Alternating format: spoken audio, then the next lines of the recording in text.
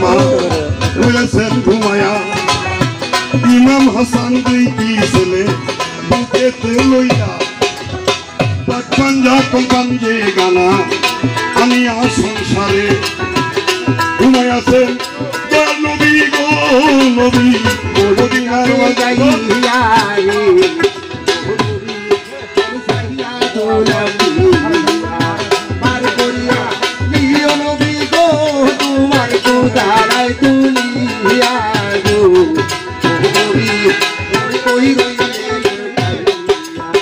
মনে বড় সাথ ছিল যাইতে মদিনা হৃদয়েতে কতর আশা যাওয়া হইল না কে যাও তোমরা মদিনাতে এই মিনতি করি আমার সালাম পৌঁছাইও গো যথায় আমার দূর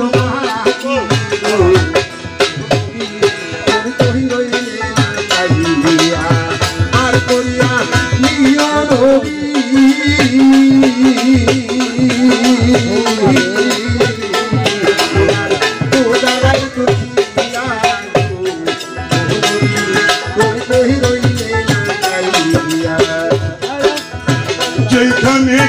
ফাতেমা রয়েছেন ঘুমায়া ইমাম হাসান কলিজার টুকরা বুকেতে লইয়া পাঞ্জা কলপাঞ্জে গানা আনিয়া সংসারে ঘুমায়াছেন নবী গো নবী মদিনার মাজারে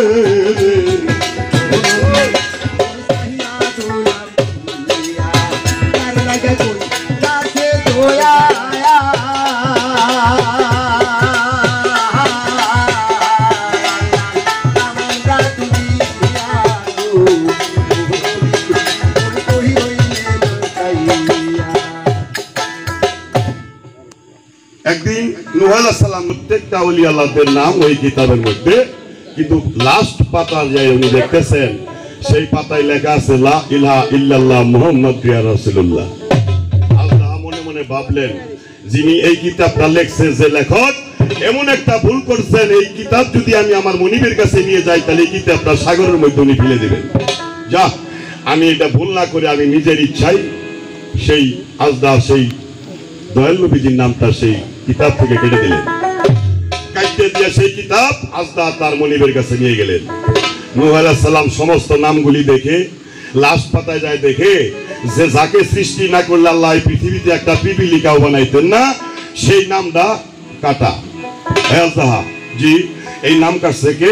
কয় হুজুর বিয়াদবি মাফ করবেন এই নামটা আমি কাটছি কারণ ওই এই লেখকটা যিনি লেখছেন উনি এটা ভুল করছে হুজুর। কই কি ভুল?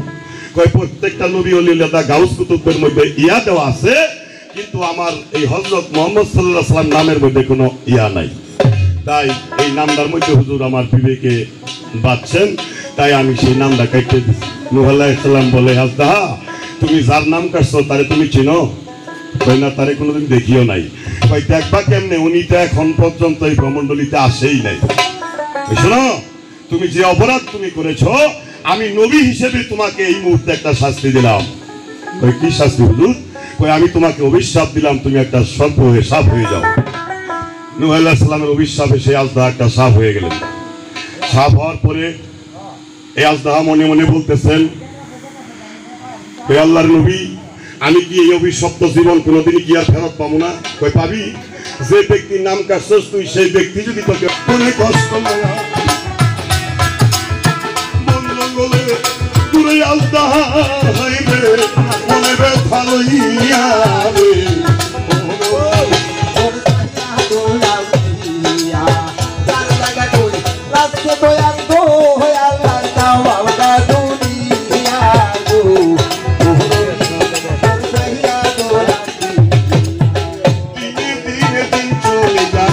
মাসের পরে বছর শত শত বছর যখন হইয়া গেল দিনের নবী যুগের আগে গো আইলো দাউদের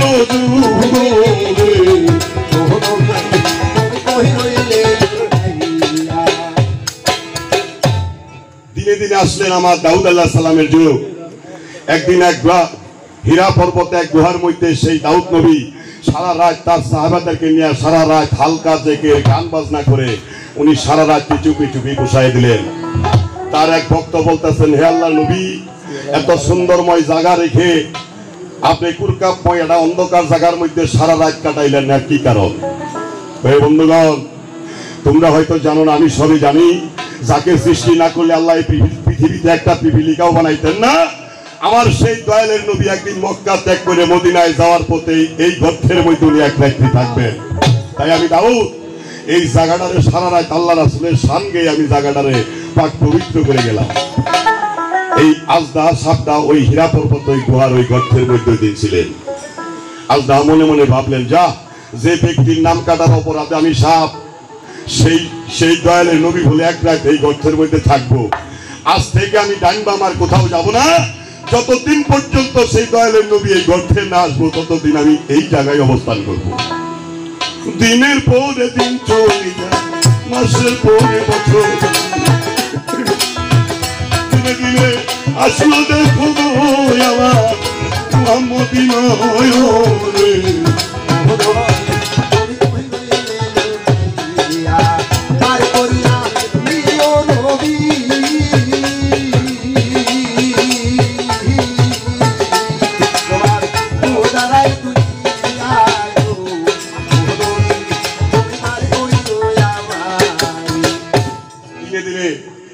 সে আমার দয়ালের নবী একদিন মসজিদ নবমীতে জিজ্ঞাসা করলেন, বন্ধুগণ, মক্কার যে পরিস্থিতি, কোন সময় আমার এই মক্কা ত্যাগ করে কোথায় যেতে হয়, আজকে আমি জানতে চাই, সেদিন বিপদের দিনে আপনারা আমার সাথে কে থাকবেন? হাত তুলেন। বিপদ ভয়ের কথা শুনে কেউ ডান বাম থেকে আর হাত তুলেন না।